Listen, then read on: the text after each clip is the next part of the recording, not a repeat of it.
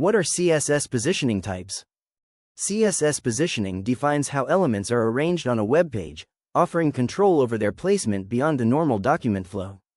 There are 5 main types of CSS positioning: static, relative, absolute, fixed, and sticky positioning. Position. Static. This is the default positioning for all HTML elements. Elements are positioned according to the normal flow of the page. The top, bottom, left, and right properties have no effect on static elements. Position. Relative. Elements are positioned relative to their normal position in the document flow.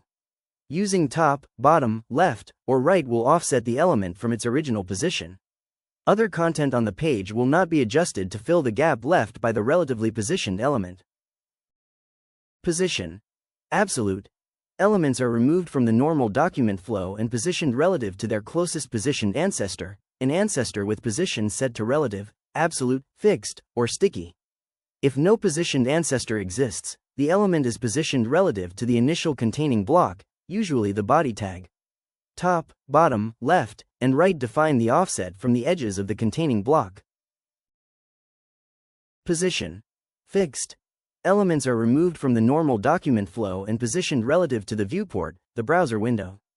Fixed elements remain in the same position even when the page is scrolled. Commonly used for elements like navigation bars or back to top buttons that need to stay visible. Position. Sticky. This is a hybrid of relative and fixed positioning. Sticky elements behave like relative until they reach a specified offset from the viewport. Example: top is 0.